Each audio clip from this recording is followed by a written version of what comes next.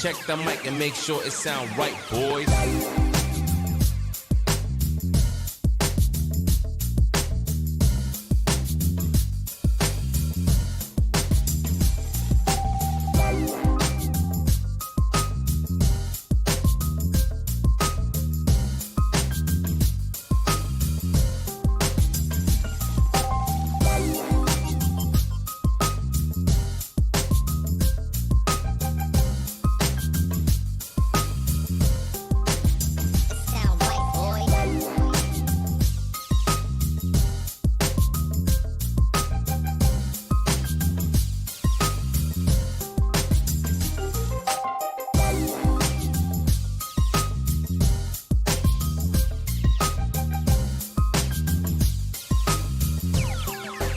It sound right, boys.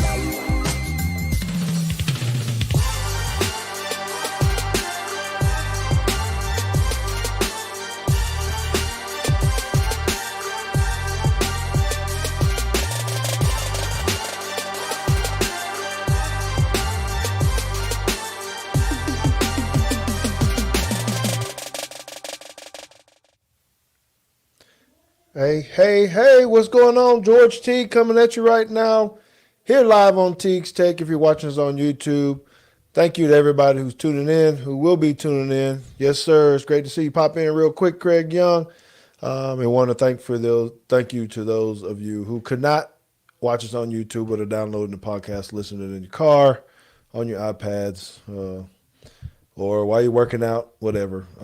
It's pretty cool that you guys are giving us the love and the respect to that. So thank you, Ian, for this Tuesday night. Christmas is coming up, and you know what? Yeah, you like that old intro there, Coyote, huh? Yeah, we try to do a little something here. I got some breaking news I need to say real fast just to give to a shout out before I get started. Actually just came through on the text. The executive director of TAPS just hit me up and to let me know that the JP2 cheer team are state champions. They won the meet today. So big shout out to Meredith Henry, the TAPS organization, for hosting that for us and sending me that information because they're in tune to Teague's Take Two, and they sent me a message real quick and said, hey, you make sure that you give them a quick shout out on Teague's Take because they are state champions. So that's pretty cool, and thank you guys for doing that.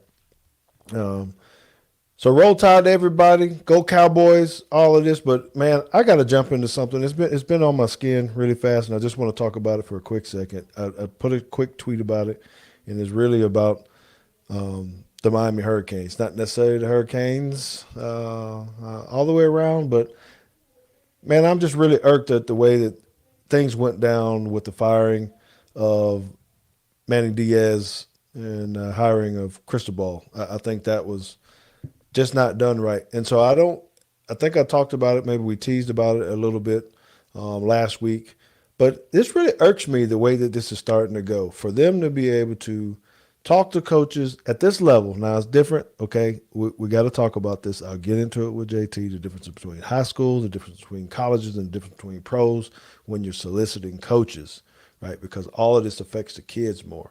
And I think that we're doing an injustice with what they did. Everybody in the country knew that Miami was searching for a coach. Maybe Manny knew too, but he did not have any closure with that. So they had already gone through all the process. We know it. Every blogger knew it. Everybody knows what's going on. And no one talked to the recruits about that. No one talked to Manny about that.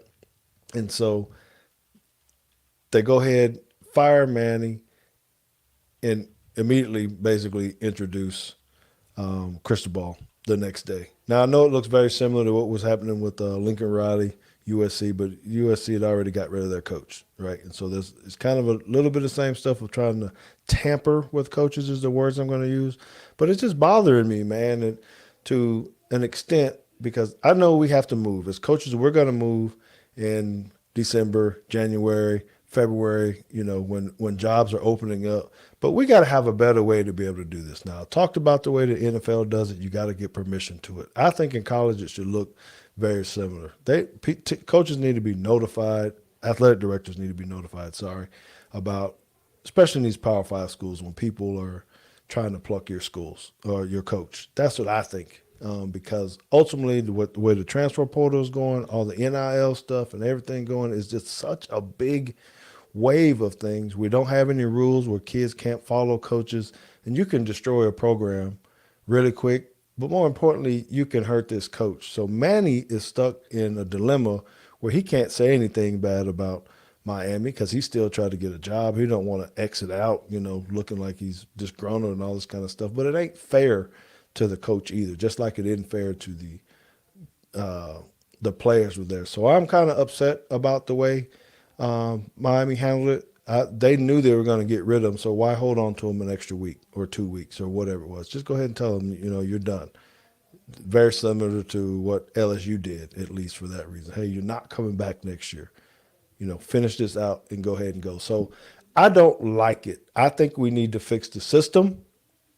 So I want JT to come in and tell me if I'm totally off base or wrong on this, just because I think it's not good for the game, even though I understand, high school, yeah, we still got, maybe we're moving around trying to find some coaches, but still jobs are posted. Sometimes coaches, in high school can go look and search. Most of the times you're not plucking coaches.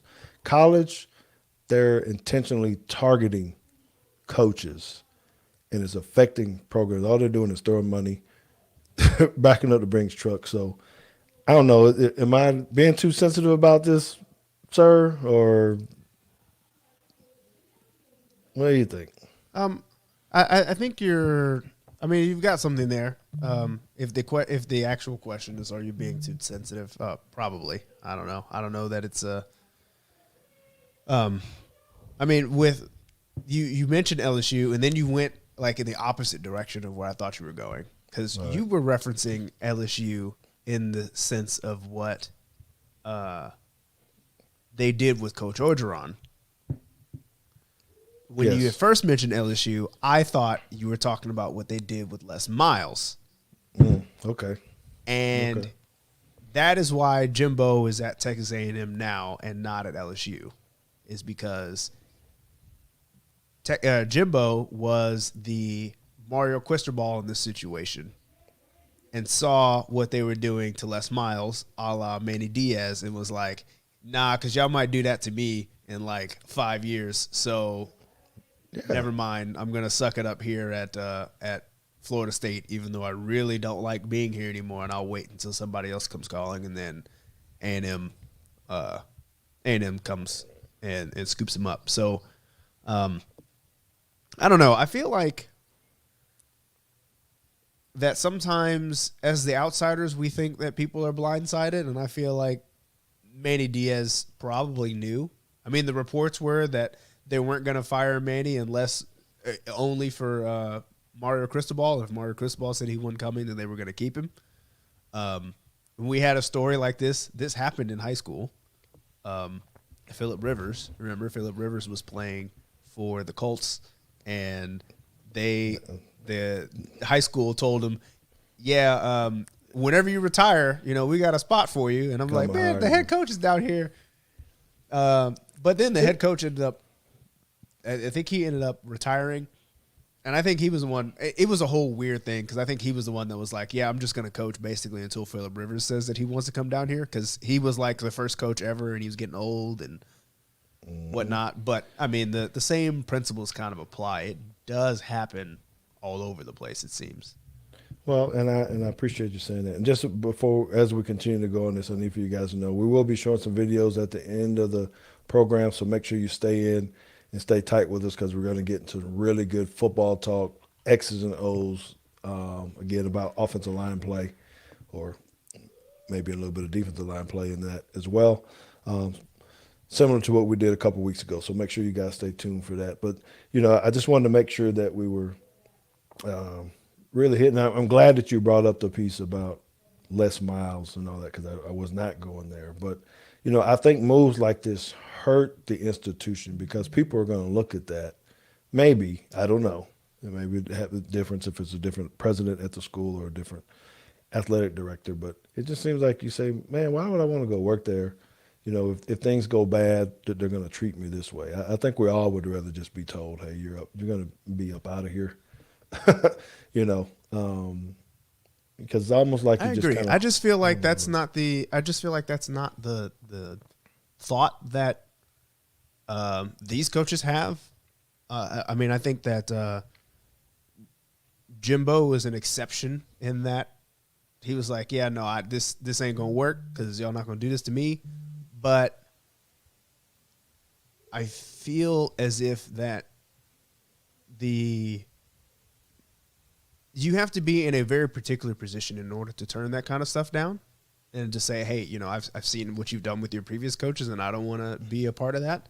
If you're the Billy Napier going to Florida that is clearly taking a step up into Power 5, you don't get to be picky and choosing. Right. Oh, okay. You just got to take what's going on. And if you're Mario Cristobal and you got two things, it's like, well, they want me. They're not the one.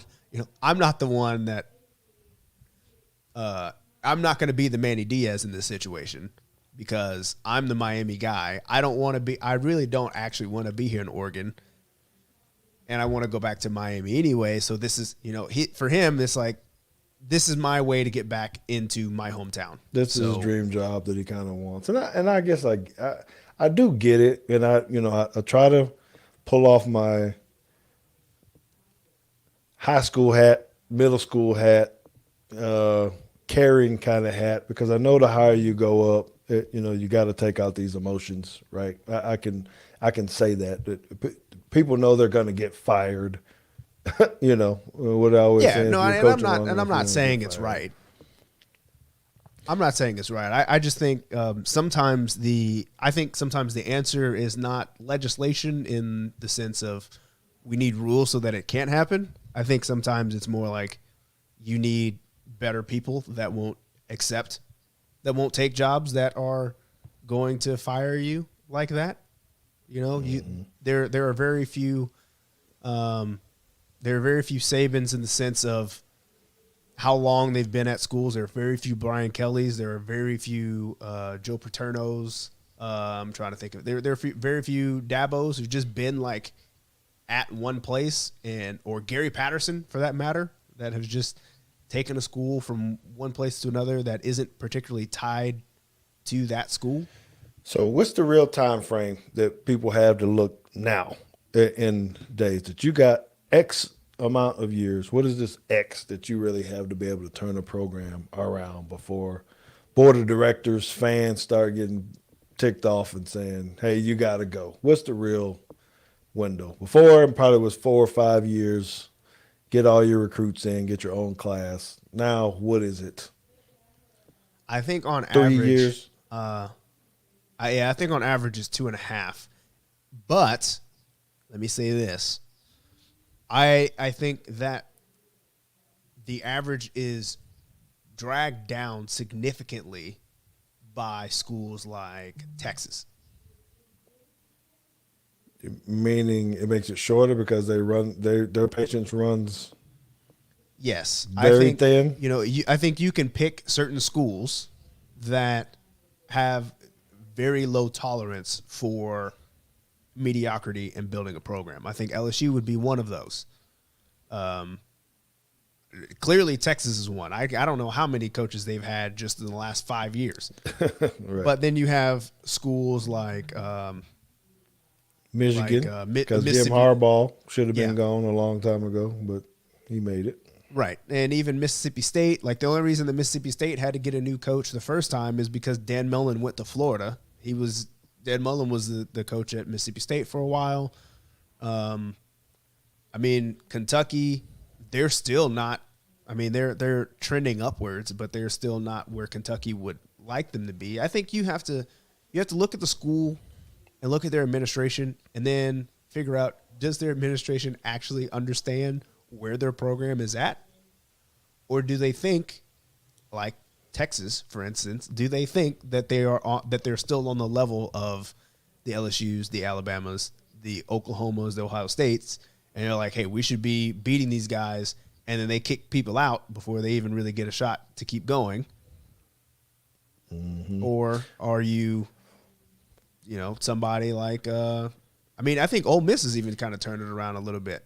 Where they've extended Lane Kiffin, but I think they've also said, all right, we're giving you the rope to actually like try to build something here. We know we're not Alabama level yet, but if you could just I don't know, beat them one time in 6 years, we're all good here. So Texas and the schools like that, are they going to be diving into? Yeah, I'm trying to see what she says. Is Texas going to be all up in the transfer portal now instead of trying to build this? Do you hit portals and what's the other thing? JUCO kids to try to build a program? Are schools going to have to start recruiting that way just to try to get a fast turnaround? Get someone a little older, maybe someone that's supposed to be a 5-star, 4-star from somewhere else, and start building your team that way. Not if they want to have long, like any kind of longevity. No. Well, because it's kind of like what Coastal Carolina does. No, they're not going for a national championship, but they're going to get a ton of JUCO kids, and you can see how good they've been playing. Now, their campus and everything else probably limits them from getting some of the top people. Don't it give you a chance to turn things around? They can't. You're right. Chemical. What she wants to call her? Chemical or Coyote? What you gonna call her? Coyote. She said last show that Coyote would be apt. Okay. I was about to make a wolf sound, but is the wolf and the coyote kind of related? What is that? They're kind of related in the fact that they're both canines. But coyotes are not that big. Wolves are huge. Both of them howl. Oh Lord! Look what you did. What? I mess up your audio now? Am I gonna have you all jacked up on your? No, I think it's okay. I'll fix it in post if I have to. Okay. Well, since we're talking about people potentially getting fired, does all the talk about Pete Golden stop now? Did the Georgia game and the defense that he put together solidify his job where people can say, hey, man, we got this right. He had some stuff up his sleeve. I'd really like to hear what Craig has to say about that. Which way is Craig on? Craig is on the fire Pete? I think Craig was on the fire Pete side of the fence. I was not there yet. I won't say that I was a Pete Golding defender, but I was not to the level of #fire Pete. Yeah, I think with the way that they put that game together, I think it's enough to not that I thought that he was ever going to get fired. I'm the same way. I don't have any inclination or something that Saban might be thinking that. But if it was going to be something to that case, I think this part actually helped. What does the Red Elephant say? What did he say about JUCO? He said JUCO at least gives you upperclassmen and transfer portal, but recruiting is longer term. Yes. Well, I know we're jumping around here a little bit with that, and we love this chat. Actually, absolutely. So keep it up. Keep sending your stuff in, and we'll hit it up if we miss your. It's not on purpose. Just get back to us. Put more stuff in there. Okay. But so I wasn't worried about Pete Gold, Fire Pete, that not really doing that. But if it was going to be to this level, I think that there was a good enough showing against a highly ranked team. The way that we stopped their run, the way that we handled them was pretty good. With the younger guys that we actually have out there, and there was a big change. It looked totally different. Doesn't solidify a great coach. Yeah, I agree with that. But body of work. I mean, what do you do when you still only lose one game in your defensive coordinator? It's not like we were giving up 40 points a game, right? So, I don't know. I think he's safe. I think he's good. So what is he going to do with this Cincinnati deal? Let's jump into Cincy and the quarterback. Is this a trap game? I hate the old cliches. Yes, but it's could a this be trap. game? Yes, it's a trap game. You know, I are we was gonna- I had a sound for this. It's all right. Next time. for a trap or Yeah. what? Well, the only thing that bothers me about going into this game is I feel like Bama, tends to play down to the people that we're playing. If we're supposed to be better on paper. I'm not saying we played down to New Mexico and things of that nature, but look at the way it started and all that kind of stuff. I think it took some ass chewing for someone to finally get the thing going. And that bothers me with this. I'm already hearing, well, they got to transfer running back from Bama. He's going to be there. We got a quarterback that's supposed to be, pretty good, who I like watching him early on in the year, and then I felt like he kind of fell off. But as good as they're supposed to be, I think, they could create some issues or problems, but I just think that our athletic talent, particularly up front, is going to be too much for them. That's what I think. So I don't know if the spread is still about 18 and a half. It's 18? Is that what it opened up at? That we were favored by 18? I thought it was 13 and a half. I don't know. And that could have been 13. Maybe my eyesight was Let me bad. see. I'm looking it up. Because- It's 13 and a half. Okay. There's still 2 touchdowns. I don't know if they find that disrespectful. I try to put my eyes in the eyes of Cincy that, hey, we're in a playoff game and we're going in by an underdog of, 2 touchdowns, essentially. Do they get a little bit more hyped? I missed what happened. I kept seeing some tweets about their quarterback. Was he saying something that was disrespectful I to saw Bama some- this year? I saw some TikToks on Twitter. Go figure. I don't know if that was Desmond Ritter or not. I don't know. It was some dude. I don't know who it was. Maybe it was Desmond Ritter. I don't know what Desmond Ritter looks like. Standing on the shirt, on the Bama shirt? Yes. Oh, Yes. Lord, I hope that wasn't him. From what I gathered, that was like some Cincinnati PR person. I don't think it was actually anybody on the team. Well, that's even worse. If it's the doggone PR person, did he get canned? Look. I don't know. All I know is that in the comments under that video, somebody had said, there was a message from Luke Fickell, to the team today, basically say, just don't say anything about Bama. The same thing. You remember Quinnen Williams at the in his press conference when he was talking about Kyler Murray and he was about to say Kyler Murray ain't all. I don't think he's all that, and then he stopped himself. Yep. And they were like, "Oh, what were you going to say?" And he's like, "I'm good." Basically, that's what the comments were saying, that Luke Fickell was telling the Cincinnati players, just like, "Hey, don't say nothing. Don't give them anything to put in their bulletin board or in their locker room or anything like that." And then all these TikToks start coming out, but he didn't look like a football player to me. But Yeah. I don't just think so. I brushed it off. It's no big deal. I think if we're not ready to play now for real, that I'm just leaning on, I think, Nick Saban, a month to prepare for whoever, and with Cincinnati, that we already got an advantage just because he has the time. Let's say I feel like we'll handle. Yeah, it could be. It could be a route, and I'm putting that on Red Elephant. I'm putting that on Nick Saban to prepare, having a month to try to put this together. That he's going to see. We own Ohio, yeah. So I'm not going in overconfident.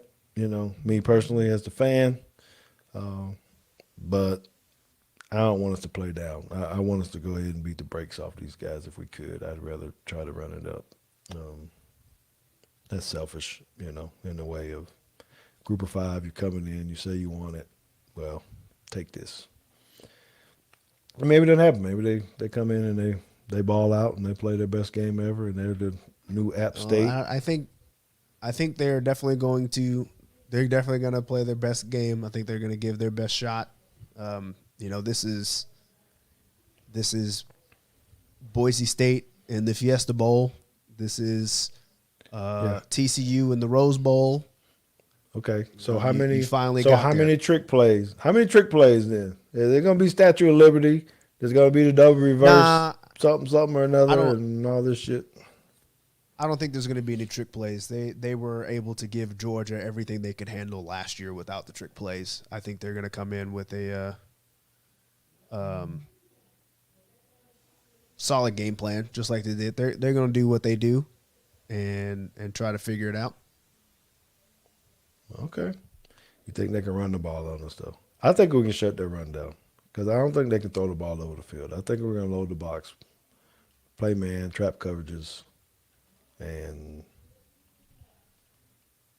they have them to throw the ball. That's what I think. That's what I would do. That'd be my game plan. Shut down Jerome Ford and make Desmond Ridder beat you. Yeah. So that's what I think. So we're not going to look past them at all, and we shouldn't. But I do want to talk about it in the case, on the other side. Who wins the other side? Michigan, Georgia. As an analyst, and maybe as on the other side of who do you want to win? Do you want to see the rematch of us in Georgia, or do you want to see us in Michigan? So 2 questions. I'd rather see Michigan just because part of me is the casual fan, too, that doesn't want to see the rematch. The other part is just it's hard to beat a team twice, unless you're Utah, I guess. Then you just beat up on Oregon whenever you feel like it.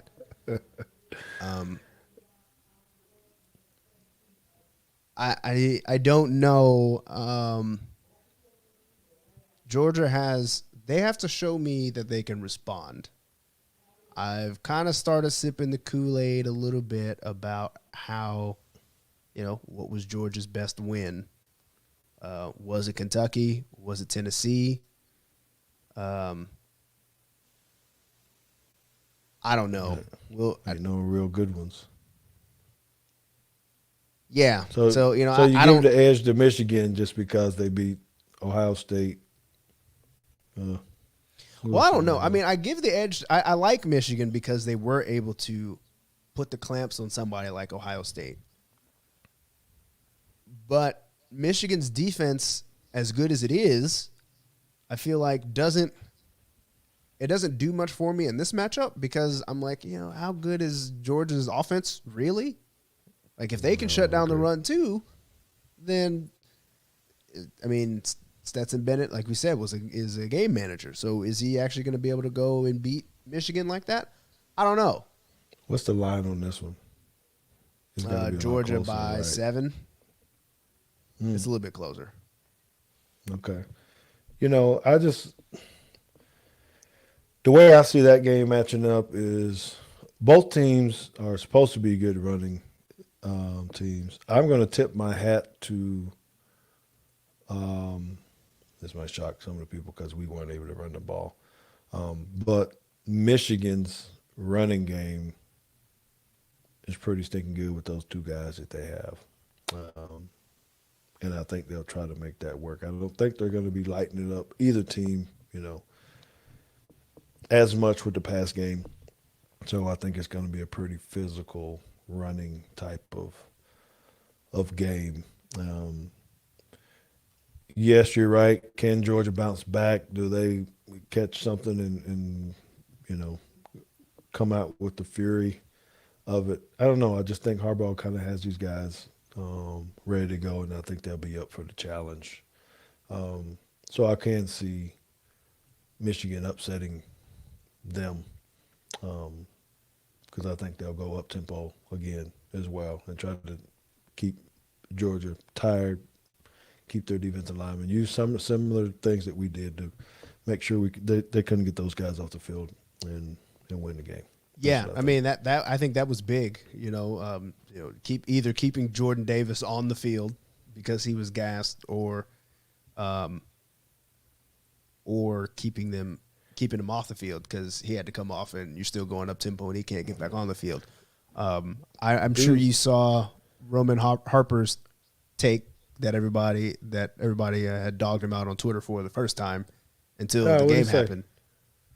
So basically, he was on the SEC network, and he said that he was concerned about Georgia's pass rush. He was like, "Yeah, they got a good run defense, but something along the lines of they actually don't generate too much pressure when passing. They don't get to the quarterback as well as they should." And everybody was like, "Dude, have you been watching Georgia? Like whatever." And then they come out and Georgia has no sacks and very few hurries. And then Roman Harper is like, "Look, I told you. I've been watching the same film. They've been beating up on everybody because everybody's just worse, but they haven't actually been doing the things they're supposed to be doing." So, apparently Michigan has a running back who can throw just as good as both of their quarterbacks. So, I don't know. I think this one could be closer than experts think. I might actually take Michigan plus the points. I don't know if I'm gonna say that Michigan wins, but I think they can keep it close. Keep it tight. Michigan's running game is way better than Alabama's is. Sure is. Big time. Their line, I think, is a whole lot better than ours is. So we'll see. We can preview that more as it gets closer. So what do we think about the defensive end for Michigan versus Will Anderson? Aiden Hutchinson. I don't understand. I don't get it. You don't get it. That's what you got for us. I don't get it. I don't get it. I don't understand. I'm trying to pull up his stats here. Okay, so I'm just gonna spitball some. The comparisons. I think I have. Just easy comparisons. Total tackles this year. Aiden Hutchinson 58, Will Anderson 91.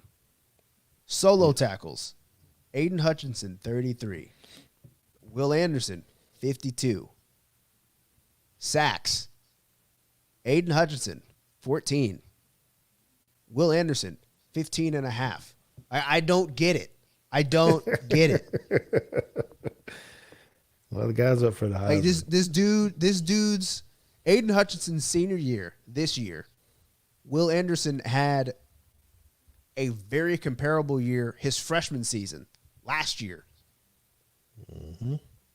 I don't understand where this Aiden I hadn't even heard of Aiden Hutchinson until they beat Ohio State. And I was like, oh, I guess this 97 dude's actually pretty good. Yeah, so someone just sent me a text of one of the writers up in Michigan and Lansing. I guess I could pull it up. But anyway, he sent it to me. He said, "Man, are you looking at this kind of stuff?" And this guy said that he didn't see enough of Will Anderson to – no, he's a voter. He's a Heisman voter. I need to look this up. Because he is a voter, I didn't know that you could talk about this if you're actually a voter. Kind of shocked me. But he said that okay. Let's see if I can find it. But he basically said that he hadn't seen enough of Will Anderson to put him in the Heisman voting anyway. And I was like, that so has what to he be said a was joke. he wasn't watching games. I guess, but I don't know why I can't. But anyway, as I'll keep looking and try to find this thing, but it's it just kind of shocked me that I don't even know what the rules are on that. If you're a voter, can you just go talk about that before You can. it even? Happens. You can. I mean, Dabo was he was voting. You know, he was a coach's poll voter, and he was talking all the time about where he thought that his team was, or Ohio State and whatnot. You know, that's why they ended up getting their butts kicked, because Dabo was talking all that noise about Ohio State and where he voted them in the coaches poll. Okay. Well, I can't find the doggone thing. So, well, yeah. We got somebody saying that he thinks Will Anderson got robbed because they didn't want 2 finalists from Alabama again. I mean, okay, that's true. fine. If you don't want 2 Alabama finalists, fine. But this dude, Aiden Hutchinson, still ain't it. Like, did Kenneth Walker also stop playing football? What's up with that? That's the guy from Michigan State. Michigan State. Yeah. Yeah, okay. So that was one of the comments the guy had too, because he said that he felt like Kenneth Walker was better than 3 of them, that he should be number 2 behind Bryce Young. Kenneth Walker. Okay. You know. And that still just kind of shocked me that he's sitting here, because it sounded like he already saying, well, I'm voting for Bryce. And maybe we don't care. Is it unanimous? I mean, can we just is it unanimous? Trophy? No, it's never. It's never gonna be unanimous. Because somebody's gonna be like, I'm so sick of it going to quarterbacks. Yeah, but you got 2 quarterbacks. What is this? What? I haven't heard Vegas. This. As the head coach what, for the weekend, Tim? Yeah. As like UNLV. Is Dabo thinking about going to Las Vegas? Just rumors? Question mark. The Raiders or UNLV? Well, okay. So I just typed in Dabo in Google, and the suggested search was Dabo Swinney Raiders. So what is this? Raiders Wire. Clemson head coach Dabo Swinney in Raiders gear on Las Vegas sideline. Okay, whatever. NFL World reacts to Sunday's Dabo Swinney news. This, I think we'd have to look to see who he. So, and it doesn't mean that he's not searching for a job or whatnot, but college coaches often visit pro teams, right, to see what they're doing, it's still learning. They have kind of free access to come in and watch the film and stuff. And I'm not sure who's on the staff there, but maybe he knows some people there. Yeah, he was on the sideline in gear. You know what I mean? I mean, when we were when I was up with the Vikings, you know, we had guest coaches. They weren't necessarily high school coaches or college coaches. They were even pro coaches that came in, or ex-pro coaches that came in to watch practice and give some input and try to learn some things. So I don't know. I don't know if there's anything there to it, but I don't know. Maybe I need to text him. well, there's some there's some shade being thrown in some of these articles. The subheader is, why was Dabo Swinney at the Raiders game? It says Clellan Farrell, cornerback Trayvon Mullen, wide receiver Hunter Renfrow, and guard John Simpson all went to Clemson. The answer is really that simple. He went there to catch a professional game and watch some of his former players. And then it says, it makes sense Swinney would rather live in the past with Clemson having a down year this season. First time in what feels like a generation. Clemson didn't even participate in the ACC championship game. So they're making the case that because he wasn't he had no championship game to worry about, he went to go reminisce with his boys at the Raiders game, which is probably true, but they didn't have to say it like that. Yeah, that's true. That's true. All right, well, you took it to the pro level. Cowboys, Washington football team this weekend is Sunday. Not sure what time kickoff is. Got to go up there to see them. I don't know Zach or Zeke what they're going to do with Zeke. I think they're going to end up splitting the time. a little bit more. Still try to give him some rest. That's what I think.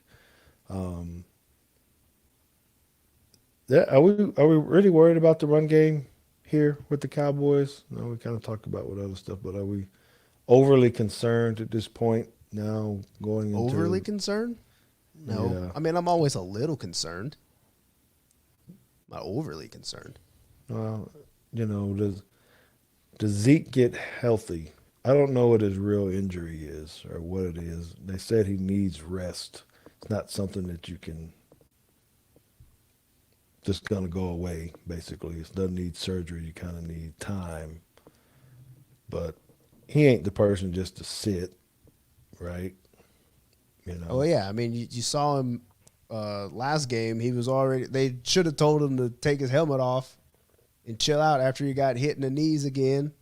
and he got hit into the down marker again. Yep. So I don't know. I think they're going to split the carries. I think we should be good. Dak seems to be down a little bit. I shouldn't say down a little bit. He's not seeming quite as accurate or in the flow or finding the rhythm yet. I think what we were doing earlier is that we were using Schultz a little bit more to try to open up CeeDee Lamb, Cooper, and those guys. I feel like we kind of got away from that a little bit and maybe trying to force feed these guys a little bit more. Maybe CD and Amari said, hey, I need to get the ball. So I don't know. Going up there against the Redskins always tough, just, going up there and playing. But I feel like if we can ever pull it back together, I think our defense is in a better spot. We got some guys returning. They're playing pretty good, or that did return last week. So, I'm going to pick our boys to go ahead and take this one and win this one and try to get back on track because I know they're hungry and anxious for it. And plus, we can't afford to lose to the football team because they're 1 game back. No, 2 games back. Yeah, they should be. They should be 2 games back. They're 2 games back. So we don't want to lose, to them, to have them, close that gap on us because that could be very detrimental when it gets down to it. So we need to win this game. This is kind of a must win, I'm saying, to go ahead and continue to secure that before we have to go play the Eagles at their place. And then we come back here and play Redskins again day after Christmas. Yeah, it's where we at? It's football team, Giants, football team. Oh, Giants. I said Eagles. My fault. Giants are garbage, man. It's a hot mess over there right now. There's a hot mess over there with the Giants. I shouldn't say that because that'd be the one team that we mess around and lose to or something. Well, there's another inexplicable loss in here, whether it's the football team, the Giants, or the Eagles. That's just what they do. Well,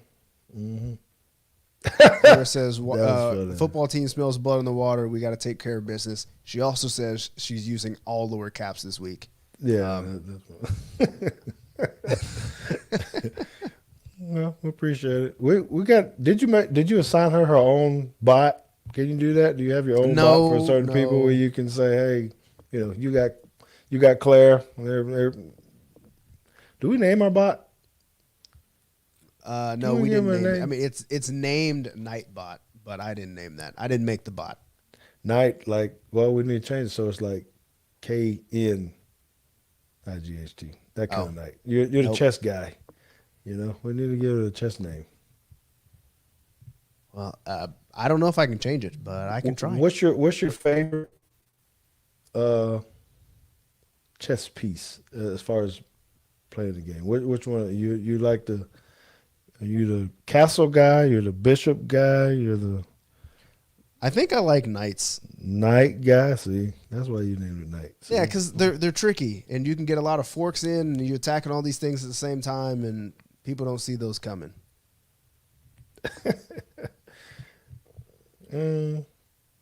Let me say I hate Coyote it, says she hates when she hits caps lock and has to retype everything so she doesn't sound like a psycho. I don't know. We I've never might seen think her that type already. in all caps. Yeah, I've never seen her type in all caps. When did that happen? Maybe that's on Twitter where she's yelling at everybody about something. Or it just could be a Spokane, Washington kind of thing up there. They're a little different so, up there. you know, we were supposed to talk about Taysom Hill. Oh, yeah. You had a little rant. Well, I don't know if you call it a rant about Oh Taysom. no, it wasn't a rant. I just don't think he's a good quarterback. I never thought he was a good quarterback. And $2 million. and I don't understand why he's They gave him $2 million to be potential quarterback / whatever. Which Does is he take which is Jameis crazy. Winston with this now? Are they looking at him saying, you're not going to play quarterback for us now? We got to get Winston back, or we got to go get us another quarterback. Or is it Trevor Simeon or whatever his name is? I don't know. I don't know. Because the fact that he is even still in the quarterback room, Taysom? like my whole thing was like when they made a decision that they were going to go with Taysom Hill, and my immediate thought was like, how does Trevor Simeon feel? Like I bet he knows that Taysom Hill ain't a very good quarterback, and now Yep. he's out here just like, dude, like. Yeah, but he was 0-4, If you man. wanted me They to go out didn't here- win no games with Trevor.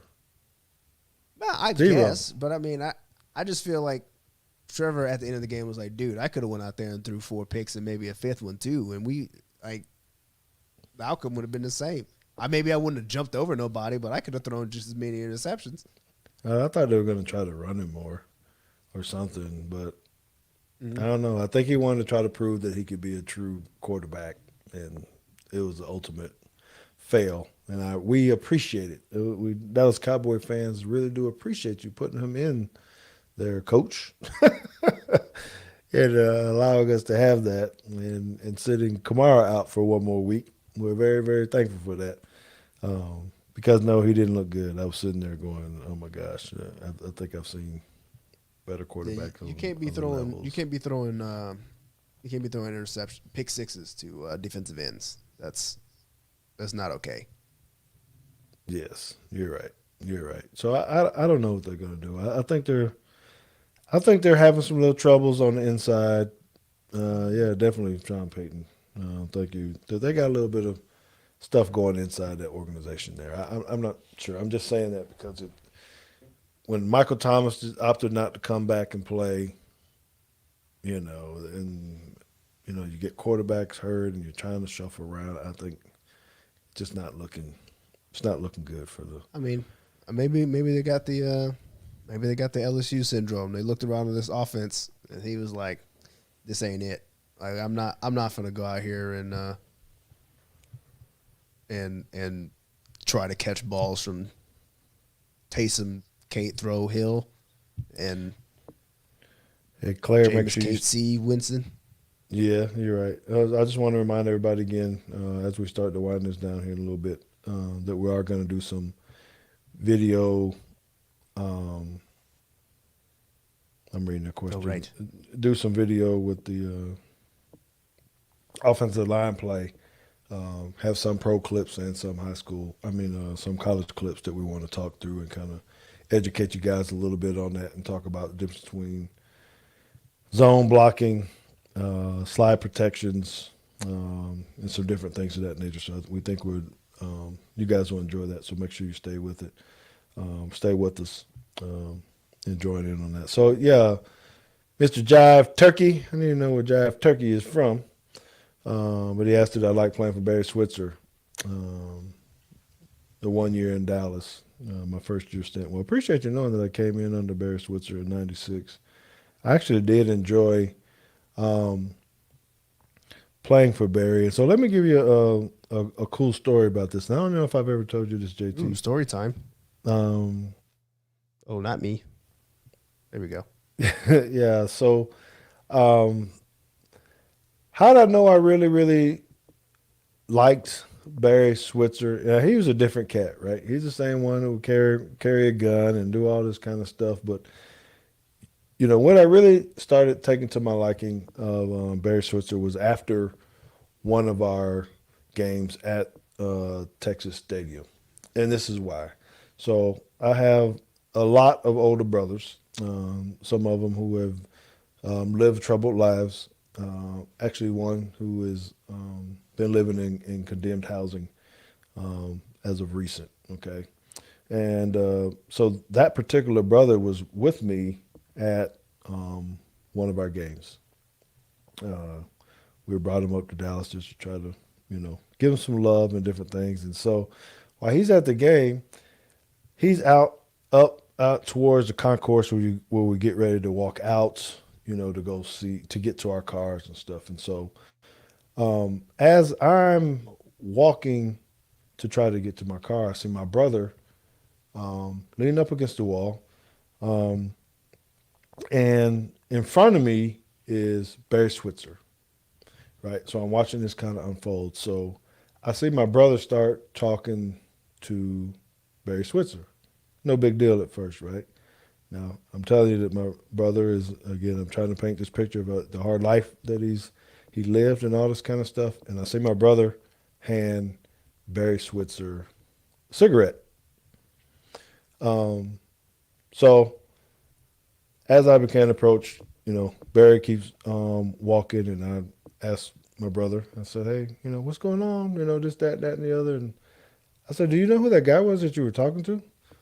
Because he didn't have any very much stuff, impressions about it or whatnot. And he's like, nah, it's just a guy that wanted a cigarette. He saw me with one, and he asked me if he could have a cigarette, so I gave him one. I said, okay. I said, well, that's the head coach of the Dallas Cowboys.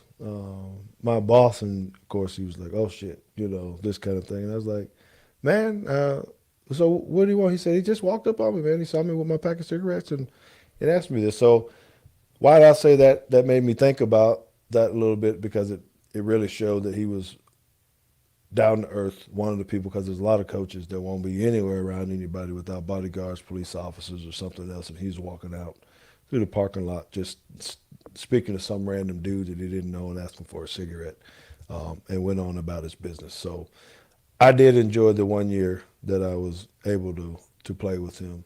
Different kind of coach. He was really a delegator, and things of that nature. He let his coordinators be his coordinators. He just tried to manage the team as best as possible. We had a good year that year. We did not make it back to the Super Bowl, dang it. But we did go far into the playoffs. So there's my story about Mr. Barry Switzer. And it's kind of cool, personal. A lot of people don't know that. I don't know if I ever actually told you that or not, JT.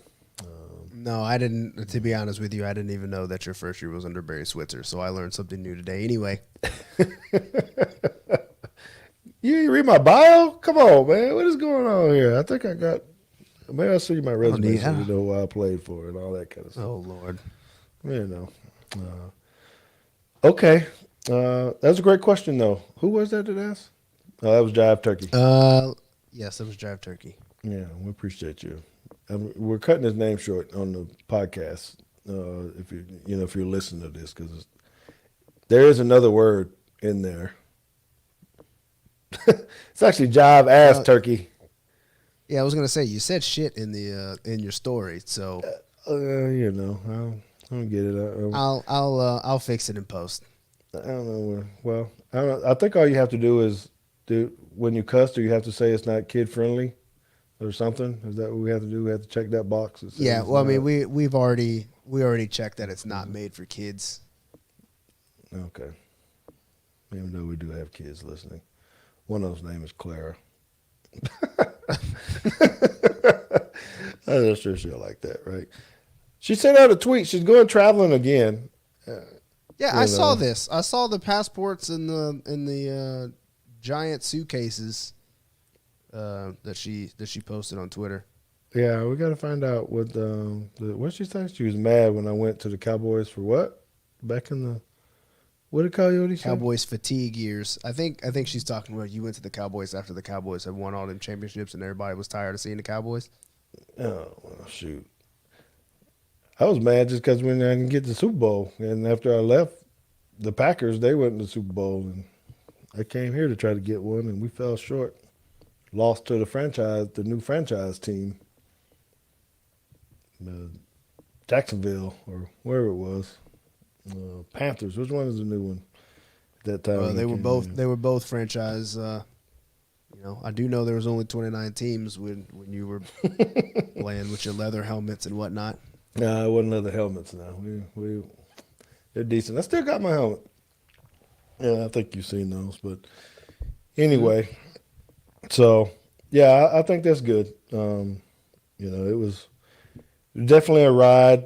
One of the things that we probably could talk about one day is the story is that, I was not the guy that was able to play on one team the whole time. I've experienced it all. I've been traded. I've been cut. I've had to fight for jobs. I've had to run down on special teams.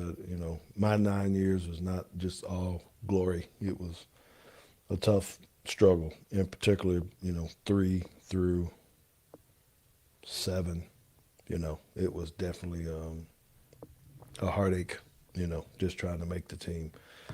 So as much as people think, oh, you were fortunate to be able to play 9 years. Yeah, I was, but it wasn't easy like some of the people that have been playing a very long time. So, and I didn't get in 10 because I wanted to get 10. My original goal was to get retirement, which is at 4, and then set another goal.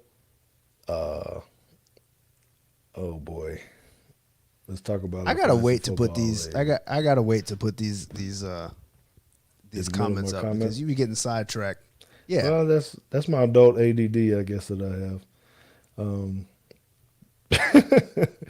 Well, and you told me to interact with everybody, man. I think you specifically. Well, told yeah, me, but hey, I you thought need you to were do at least that. gonna finish the thought before you got to. Well, you put it up there and then you take it down really fast, and then I miss what it was, and then you expect to remember what it was, See, now you made me forget what the hell I was talking about anyway. What was I talking about? I can't do nothing over here. Mm-hmm. I don't even know anymore. Oh shoot! Fantasy Football League, Teague's league. Is she even ranked? Let me. Oh. I was supposed to give my announcement about fantasy football. Well, there you go. Let's do that. So good segue.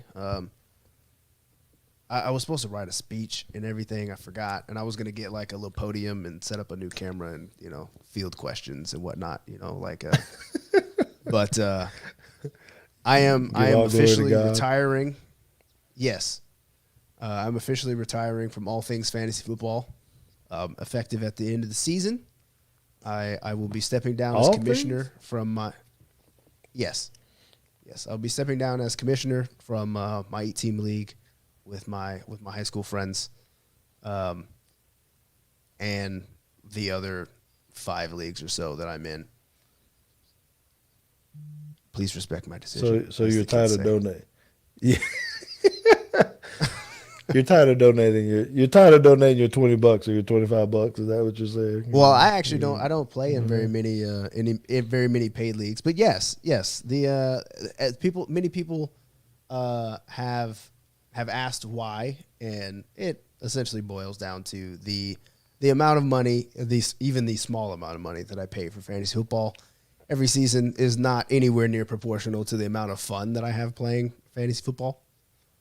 So are you saying you're dropping out of the street team league as well? Is what you're telling me? That you're telling the street team right now? You're telling Dak's back that you're out.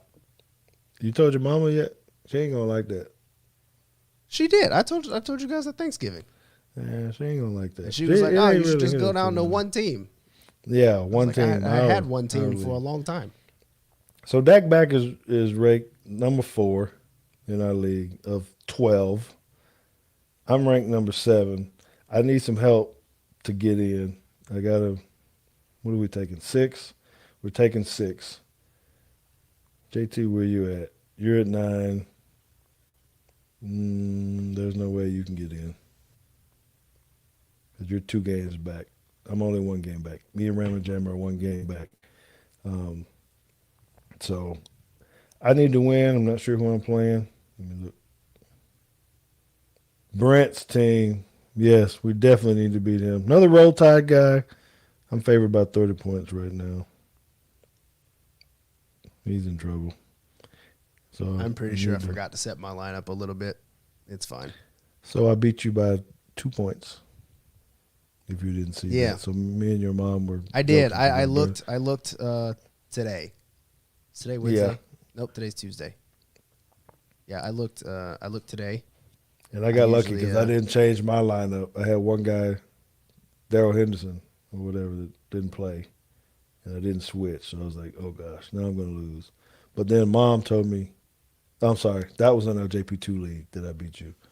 But Mama beat you by less than that. Less than like some tenths. She beat me. She beat me. Hold on. She beat me by 0.26. Yeah. So she was laughing. She's like, "Oh, JT probably mad at me right now." I was like, "No." Yeah, it's because I left. Retire. If I wouldn't have left Rashad Bateman in there, then I literally could have picked anybody else. It'd have been fine. Oh well. Yeah. So we're in. I don't know how we let Ric Flair get all the way 11-2. You know, Soyla's still up there. She's going to make a good run at it. I got to find someone has to beat Mitchell,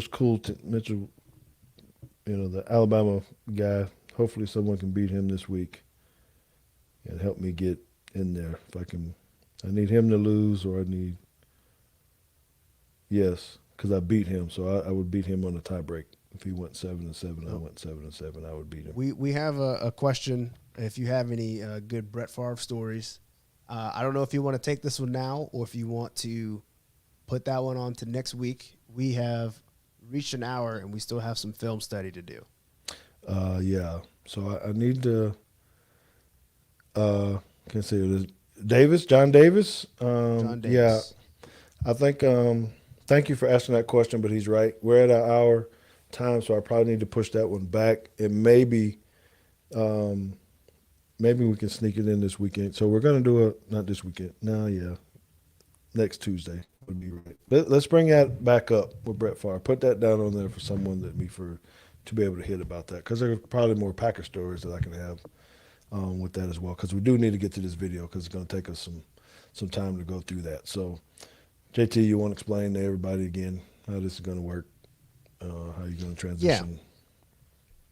Well, since we're right at the end, I think I'm just going to have to transition. So for those that, for you future listeners that are listening on the podcast, we are going into very visual content from here, and I would encourage you to join us.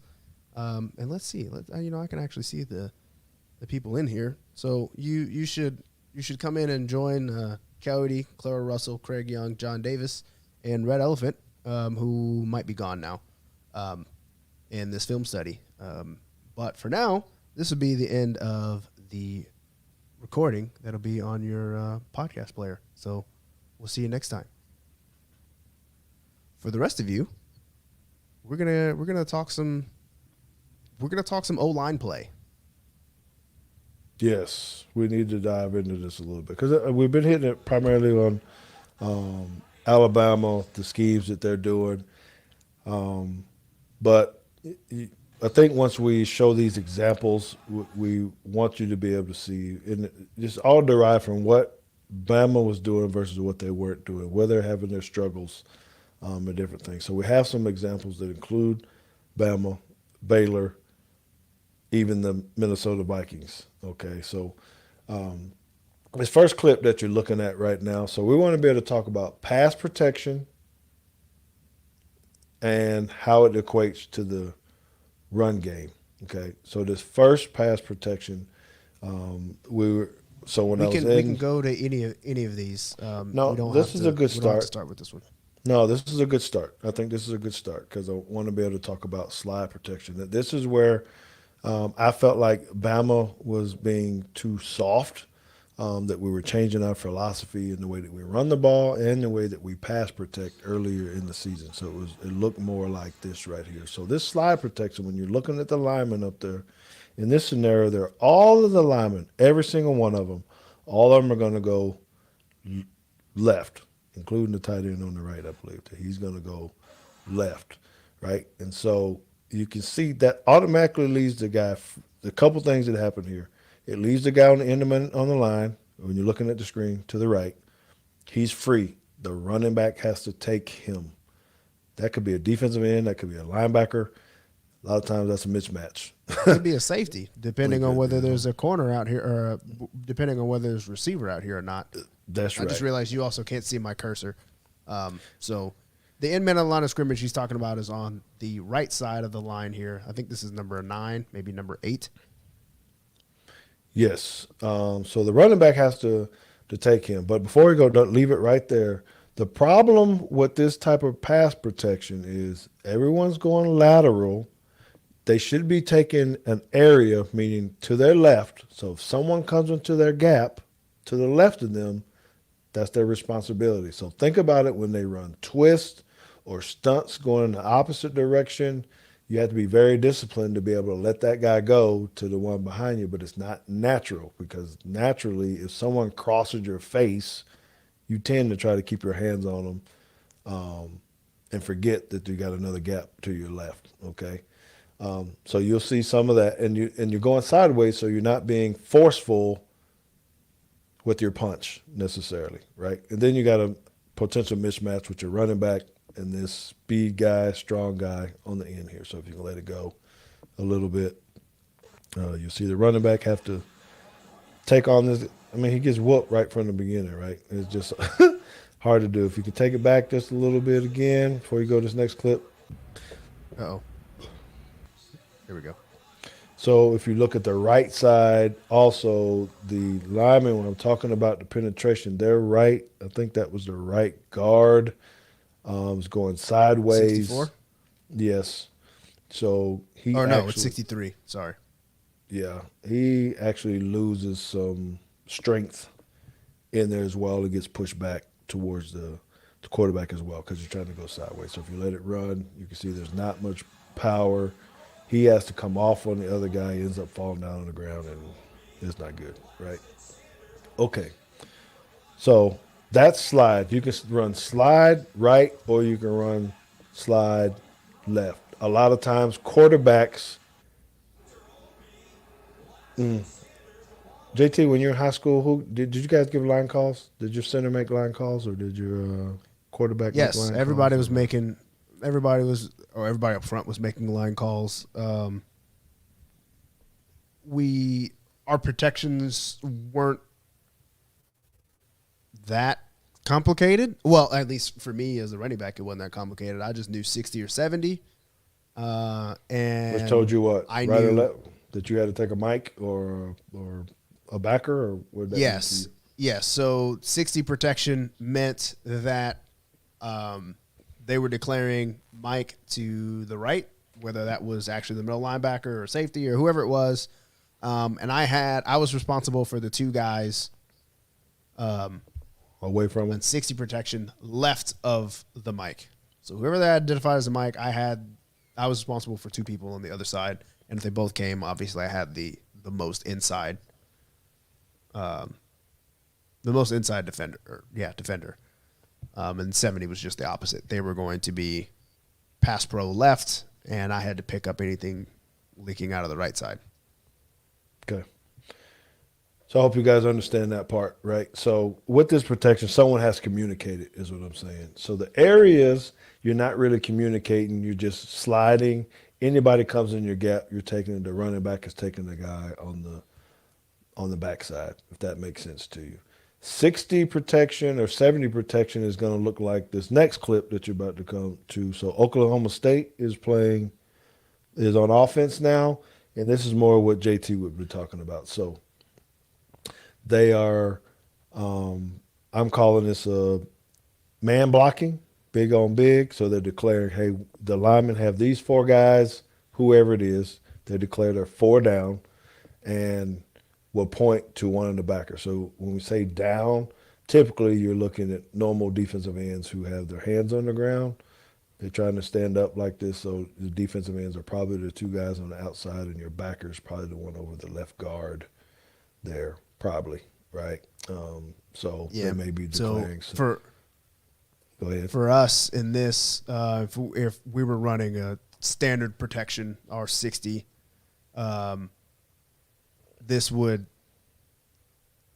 I mean, it's a 5-man front with a linebacker, essentially. So we would.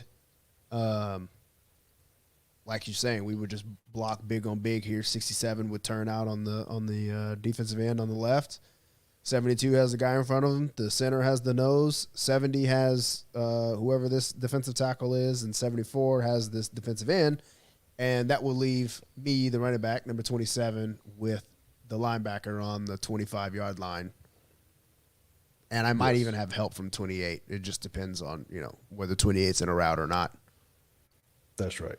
That's right. When you see it unfold, you see that guy on the left is right over the left guard. I think he bails out and all that kind of stuff. But I want you to look at the lineman. What I want you guys to look at is be able to look at the lineman and which way they go. So they actually go backwards, which we call a kick slide or whatnot. So they know who they have right there. You have to be ready for twists and stunts, but essentially they're going backwards, as you see, instead of lateral. Okay. So there's a little bit of breakdown on the right side of their line.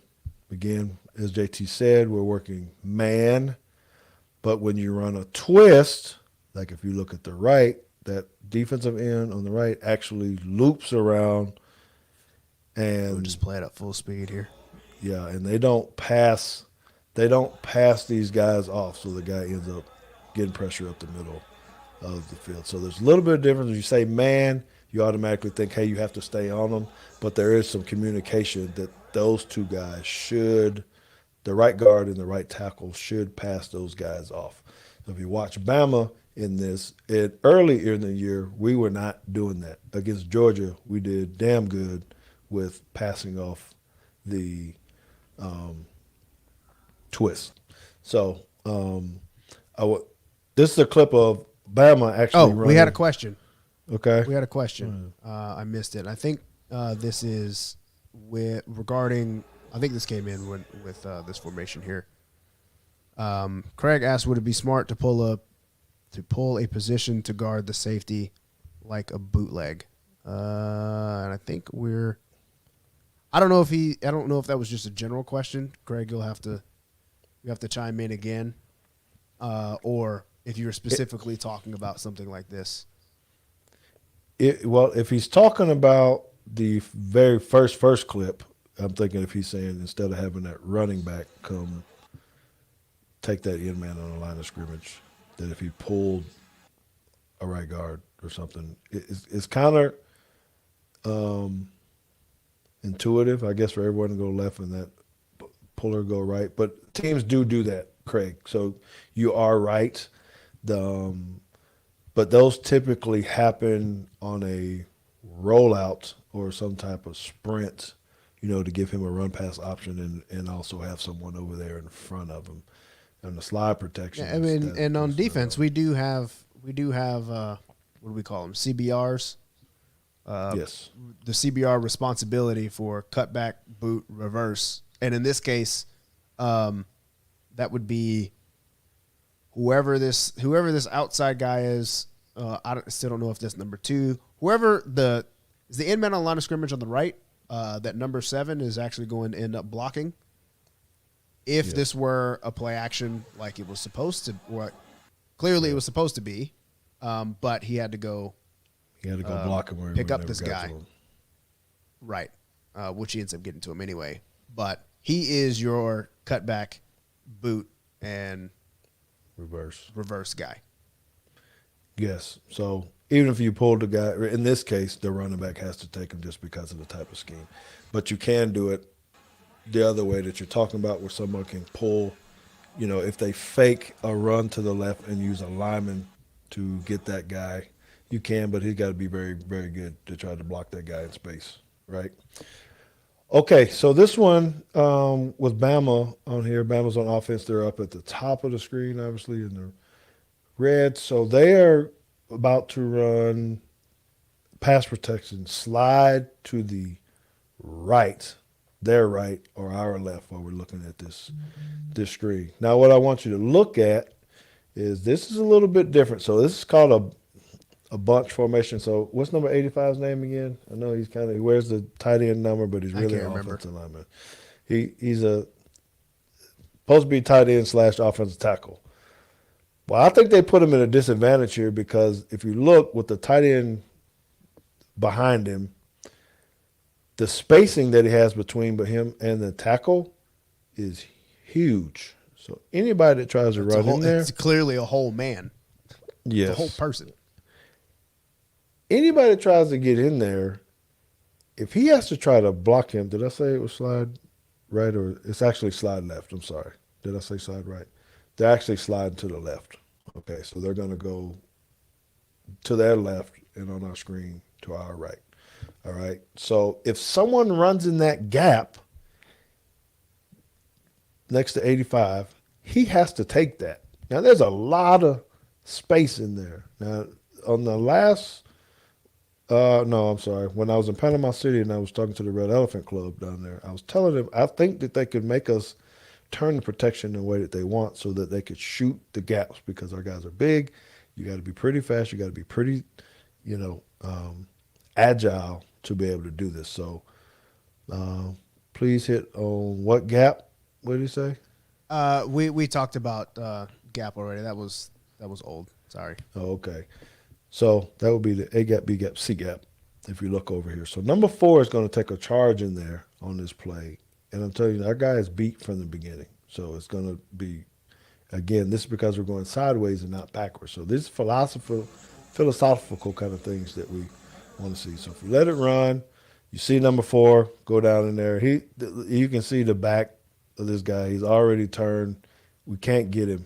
It's impossible. I mean, he disguises it, then he scoots, and that's how I know that he has to have an idea that we're about to go left. You can't tell me any different, right? I don't know how you feel about it, JT, but to me, that is kind of a deal. I guess you can guess good. Maybe we got some tendencies on the hash mark or something. I don't know, but there's no way he can block that. Yeah, it could.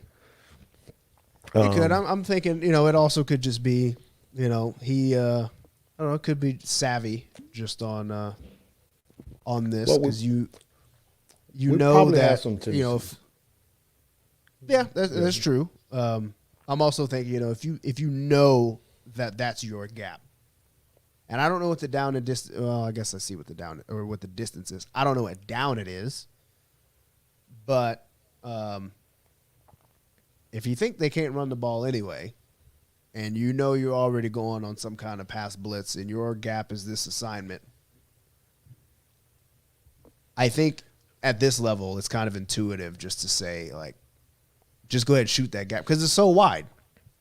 Yeah, but you would think, like you're saying, with the down and distance, that tight end back there really could take that gap. He could step up and take number 4 and is really dead in the water at that point if you use it that way. But the tight end takes off to the right. So again, I don't know. But I just I wanted to see more big on big man block protection out of our offense because this is what tends to happen. Okay. So this next clip, if you got any questions about that, let us know. All right. The next clip is this is a running play. So this is a complement to what slide protection looks like when you run the ball. So these are inside, outside zone plays. All these guys are going to go to the right. So these complement a zone running game complements slide protection. So it kind of looks similar. So if you get those boots and all those things that we saw in that first